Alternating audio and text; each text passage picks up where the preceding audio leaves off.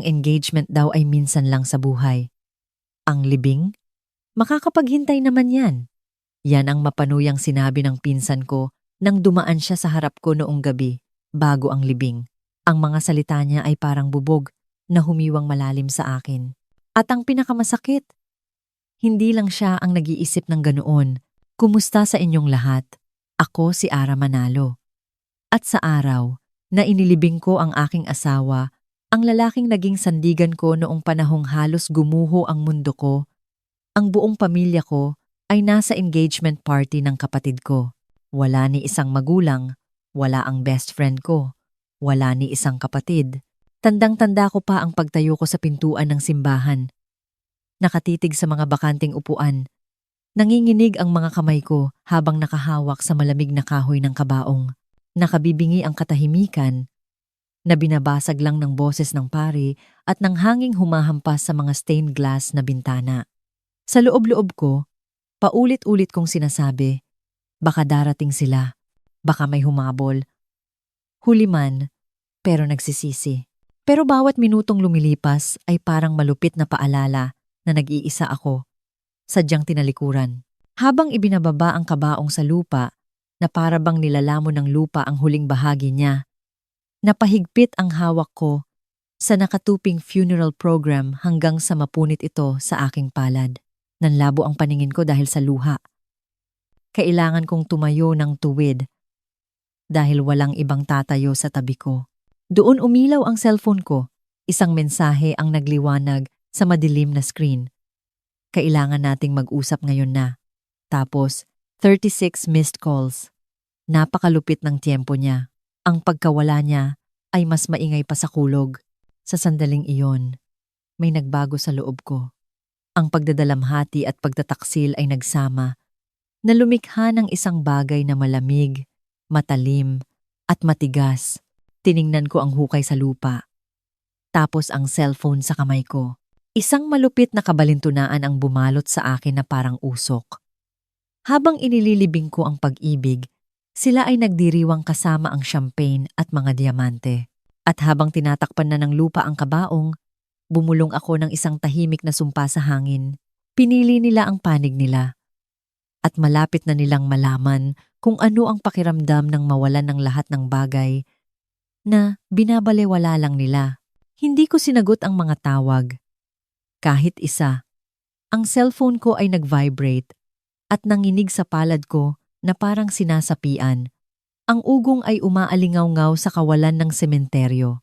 Ibinulsa ko ito at hinayaan itong manahimik. Natapos ang libing kasama ang magagalang na pakikiramay mula sa mga estranghero, mga kapitbahay, at ilang katrabaho niya, mga mukhang halos hindi ko makilala. Nag-alok sila ng mga gasgas na salita.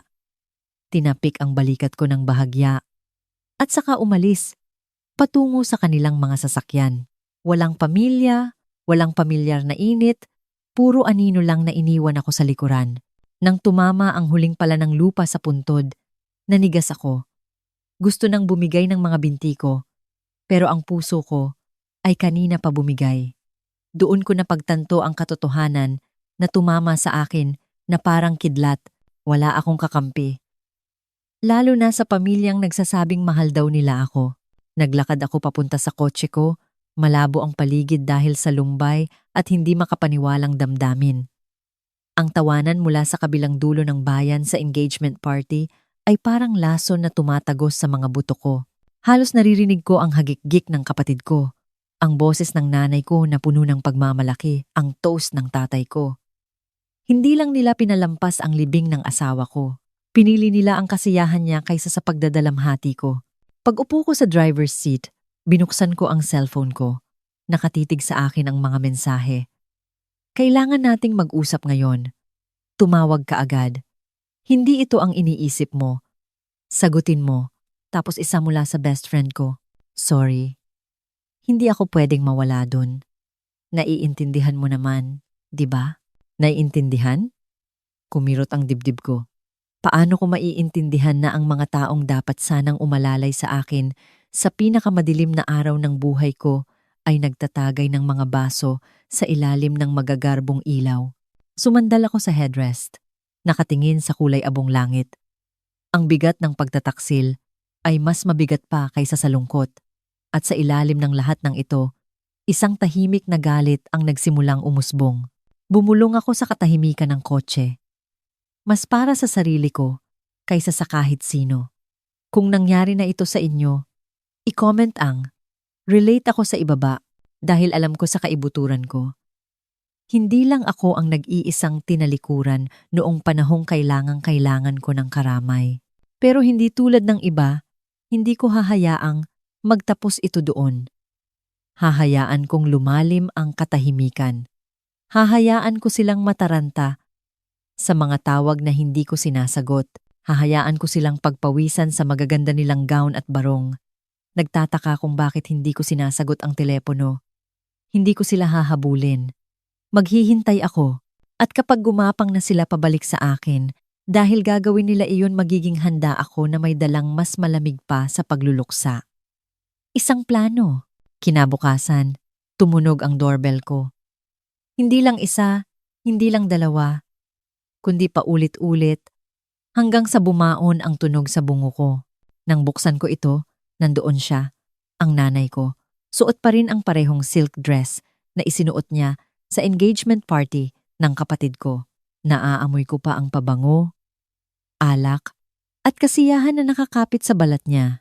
Ang buhok niya ay maayos pa rin ang pagkakaipit, na para bang hindi siya dinapuan ng lumbay. Kailangan nating mag-usap, sabi niya. Ang boses ay formal, praktisado, halos parang nasa business meeting. Hindi ako gumalaw. Tinitigan ko lang siya. Ang kamay ko ay mahigpit na nakahawak sa gilid ng pinto na para bang ito na lang ang nagpapanatili sa akin na nakatayo. Wala kayo sa libing niya. Bulong ko. Pumiyok ang boses ko. Kumurap siya, parang naiirita. Anak, hindi lang maganda ang timing. Importante ang engagement ng kapatid mo. Minsan lang yon sa buhay. Maiintindihan mo rin balang araw. Nagpakawala ako ng mapait na tawa, mahina at matalim.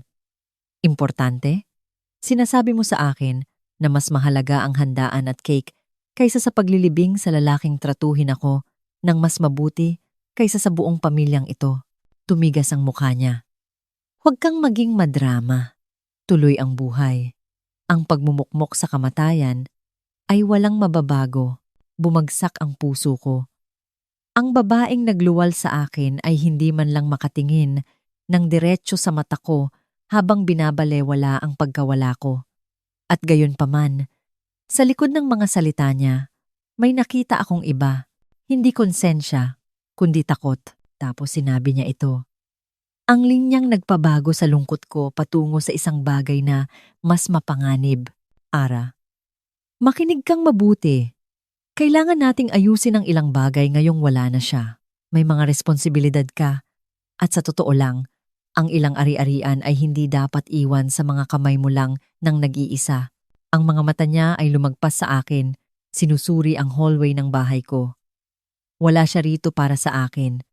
Wala siya rito para sa asawa ko. Nandito siya para sa kung ano ang naiwan. Bumaon ang mga kuko ko sa kahoy ng pinto. Ang katahimikan sa pagitan namin ay parang kableng hinihila ng sobrang higpit. Sa wakas, umatras ako at binuksan nang mas maluwag ang pinto. Pasok ka, ma! Sabi ko. Matatag ang boses. Nagpakawala siya ng hininga ng kaluwagan. Inakalang ang pagiging kalmado ko ay pagsuko. Pero sa loob-loob ko, milya-milya na ang layo ng isip ko. Dahil kung inaakala niyang hahayaan ko silang kumuha mula sa akin pagkatapos nila akong iwanan, hindi niya kilala ang anak na pinalaki niya. Hindi na ito tungkol sa lungkot. Tungkol na ito sa paniningil. Ang sala ay amoy liryo pa rin mula sa mga bulaklak ng libing. Ang mga talulot ay nagsisimula ng kumulubot. Umupo ang nanay ko sa gilid ng sofa. Kumakaluskos ang damit niya habang nagkukrus ng binti, umaastang parang business meeting ito. Ara! Simula niya. Formal ang tono. Bata ka pa. Hindi mo naiintindihan kung paano gumagalaw ang mundo. Ang asawa mo, sumalangit nawa ang kaluluwa niya, ay nag-iwan ng mga asset. Ang bahay, Ang ipon, pati na ang share sa kumpanya. Hindi matalinong hawakan mo lahat, yan ng mag-isa. Iniisip namin ng papa mo na pinakamabuting i-redistribute o hati-hatiin ang lahat. Ang salitang iyon ay humampas sa akin. Redistribute, hati-hatiin. Tinitigan ko siya, pinapanood siyang humigop sa baso ng tubig na inalok ko na parang karapatan niya ang bawat patak sa bahay ko. Hati-hatiin para kanino? Tanong ko, kahit alam ko na ang sagot. Sa kapatid mo, syempre. Nagsisimula siya ng bagong buhay kasama ang fiancé niya? Kakailanganin niya ng suporta? At, ikaw naman? Magiging okay ka lang? Matatag ka? Matatag. Ang salitang iyon ay palagi nilang ginagawang palusot. Ang pagiging matatag ay nangangahulugang hindi ko kailangan ng aruga, hindi ako karapat-dapat sa awa. Ang pagiging matatag ay nangangahulugang kaya nila akong hubaran ng lahat at tatayo pa rin akong nakangiti.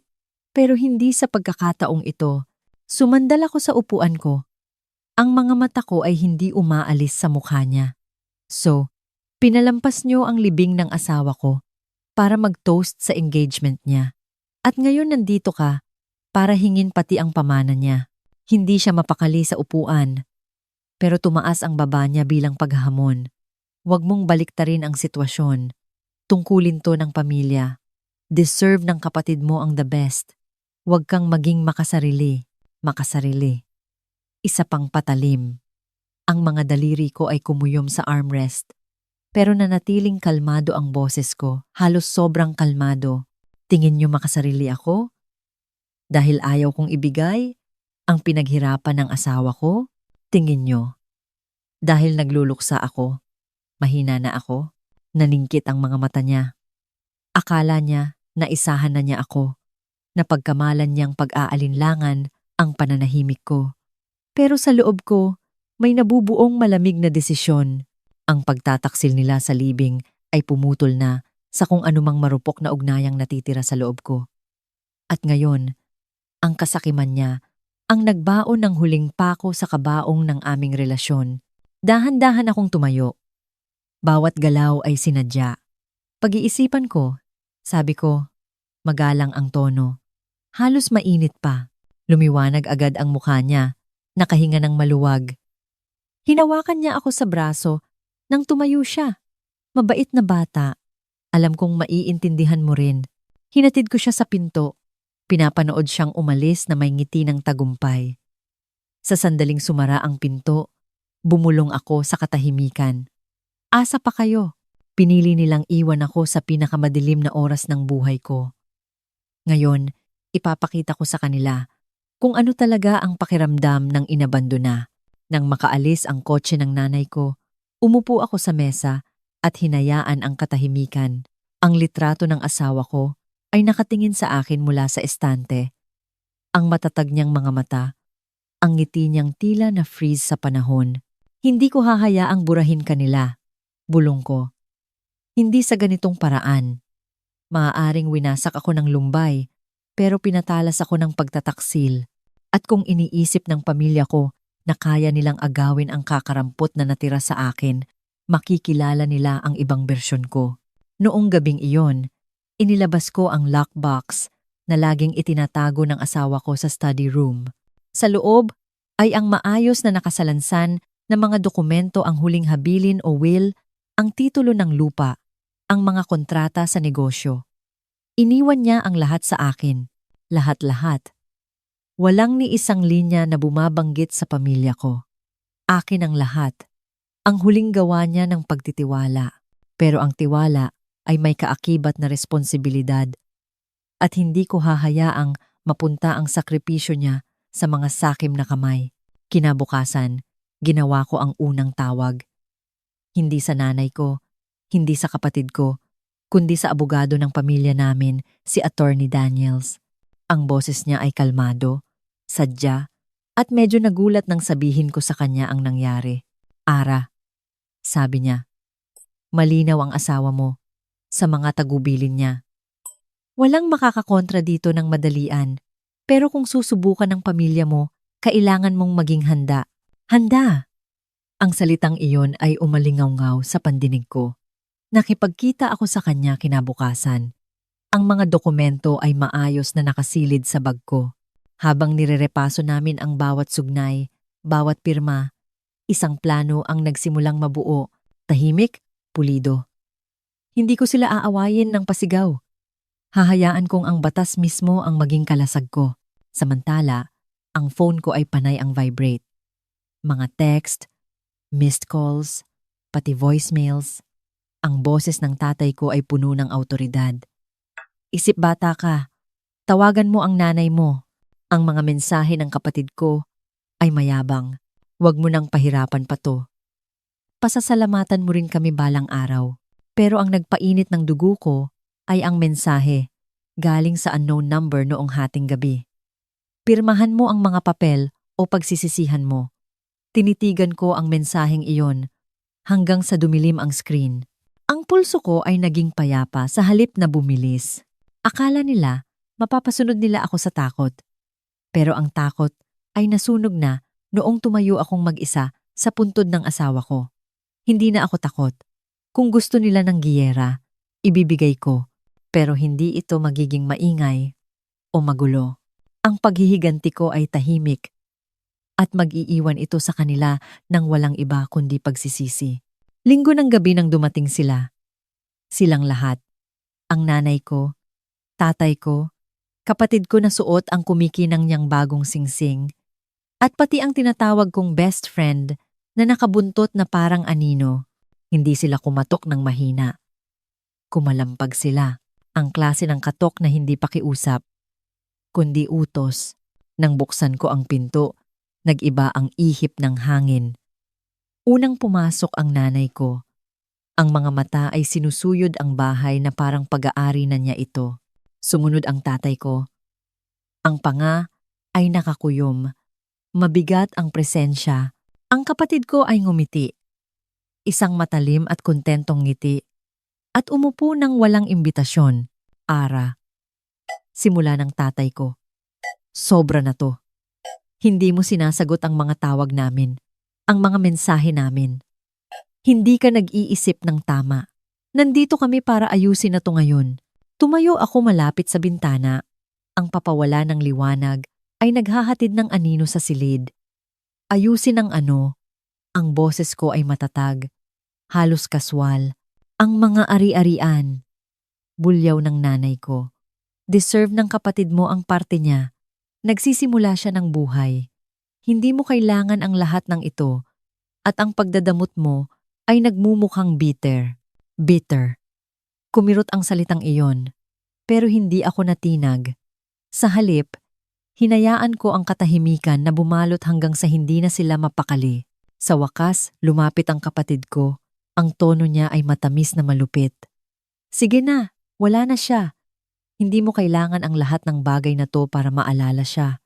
Hayaan mong kami na ang mag-asikaso. Sinalubong ko ang tingin niya. Gusto mong isuko ko ang lahat ng ipinundar ng asawa ko. Lahat ng ipinagkatiwala niya sa akin. Ngumisi siya.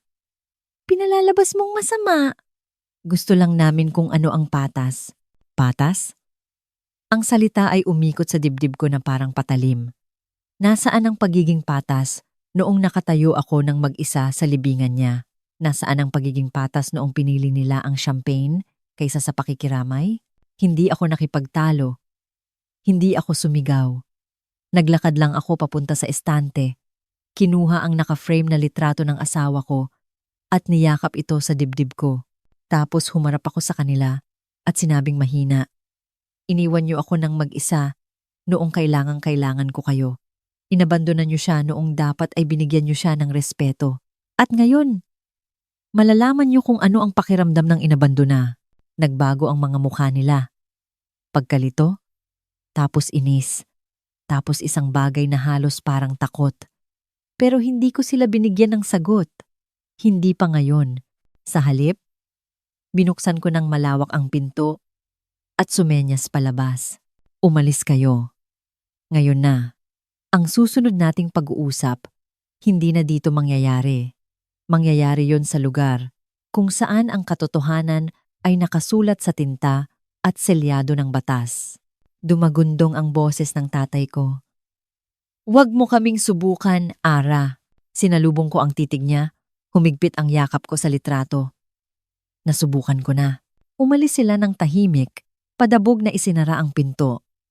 At sa katahimikang iyon, hinayaan ko ang sarili ko ng isang bahagyang ngiti. Dahil ang hindi nila alam, bawat dokumento ay protektado na. Bawat galaw nila ay naunahan ko na. Akala nila pinaliligiran nila ako. Pero sa totoo lang, ako na ang nakagawa ng hawla na ipadala ang sulat kinabukasan. Makapal na cream paper na may tatak ng opisina ni Attorney Daniels. Isang kopya sa mga magulang ko, isa sa kapatid ko. Simple lang ito, direkta at mapaminsala. Notice of estate distribution. Nakalantad ang bawat linya ng will ng asawa ko. Ang bahay, ang ipon, ang shares lahat ay iniwan sa akin lamang. Ang mga salita niya ay malinaw, imposibleng kontrahin nang hindi inilalantad ang sarili nila bilang mga sakim na oportunista. Tanghali pa lang, nagsimula na ang bagyo. Walang tigil ang pag-vibrate ng phone ko. Galit na mga mensahe, desperadong voicemails. Ang boses ng tatay ko ay garalgal sa galit. Ang lakas ng loob mong ipahiya ang pamilyang ito gamit ang mga abogado. Kaya naman nating pag-usapan, tonang tayo-tayo lang. Umiiyak ang nanay ko sa telepono. Ang mga luha niya ay pakitang tao gaya ng dati. Hindi mo naiintindihan ang ginagawa mo. Sinisira mo ang pamilya natin. At ang kapatid ko, ang mga salita niya ay lason na binalot sa asukal. Pagsisisihan mo to kapag wala nang natira sa'yo. Huwag kang gagapang pabalik. I-enjoy mo ang walang laman mong bahay. Pinakinggan ko ang bawat mensahe ng tahimik. Hindi sumasagot, hindi nagdedepensa. Hinahayaan lang ang desperasyon nilang bumalik sa kanila gaya ng refleksyon sa salamin. Pagdating ng kalagitnaan ng linggo, lumala ang sitwasyon. Sumugod ang nanay ko sa opisina ng abogado, gumawa ng eksena na sobrang ingay, kaya ikinuwento ito sa akin ng sekretarya sa pabulong na tono na parang iskandalo. Sinubukan ng tatay ko na takutin si Attorney Daniels gamit ang dangal ng pamilya. Ipinagmalaki naman ng kapatid ko ang yaman ng pamilya ng fiancé niya na parang kaya nitong baguhin ang batas. Pero walang nangyari. Bawat atake nila, bumabangga sila sa hindi matitinag na katotohanan ng huling habilin. Ibinigay sa akin ng asawa ko ang lahat, legal, permanente, at hindi nila pwedeng galawin. At eto ang pinakamagandang bahagi. Sa bawat galaw nila, ibinubunyag nila ang tunay nilang kulay sa mga kapitbahay, sa mga kaibigan, sa parehong komunidad na dating humahanga sa kanila. Ang obsesyon nila sa mana ko ay kumalat parang apoy, mga bulong-bulungan na sumira sa perpekto nilang imahe. Samantala, nanatili akong tahimik, kalmado, ipinapakita ang sarili ko hindi bilang bitter na biyuda na pinalalabas nila, kundi bilang inagrabyadong anak na tumatayo ng may dignidad. Ang katahimikan ay hindi kahinaan, ito ang sandata ko. At habang gumuguho ang reputasyon nila, habang lumalakas ang desperasyon nila, may napagtanto akong maganda. Talo na sila. Hindi lang nila alam kung gaano kalala. Hindi pa. Ang breaking point ay dumating sa rehearsal dinner ng kasal ng kapatid ko. Hindi ako imbitado, syempre, pero mabilis ang balita sa bayan namin. Nakalating sa akin ang mga bulong, ang caterer na umatras, ang florist na nag-cancel, ang venue na humihingi ng full payment agad dahil sira na ang pangalan ng pamilya, at ang pinakamalupit na kabalintunaan ng pondo para sa engagement na ipinangako ng mga magulang ko sa kanya ay na-freeze dahil ang savings na plano nilang i-redistribute ay akin, nakatago ng mahigpit sa mga account na hindi na nila kayang galawin.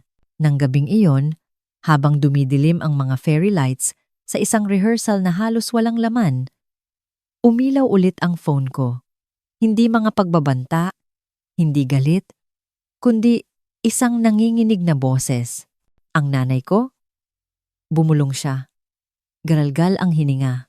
Parang awa mo na. Iba na ang tingin nila sa atin. Kailangan namin ang tulong mo. Nakaupo ako sa mesa sa kusina. Ang will ay nakalatag sa harap ko. Ang pirma ng asawa ko ay matatag at malinaw.